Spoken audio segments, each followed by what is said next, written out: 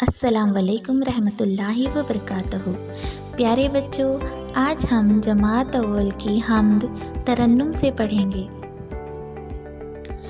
तू सब का मालिक, सबका खुदा तू, बेआसरा हम और आसरा तू, बंदों पे शफ़क़त है काम तेरा, लेते हैं हरदम हम नाम तेरा।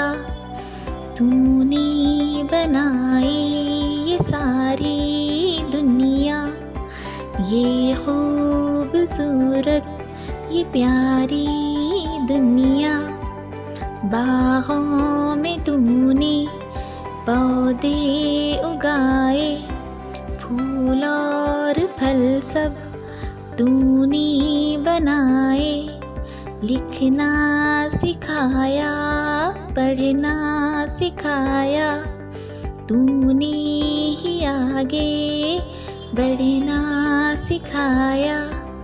तू सब का मालिक, सबका खुदा तू, बेआसरा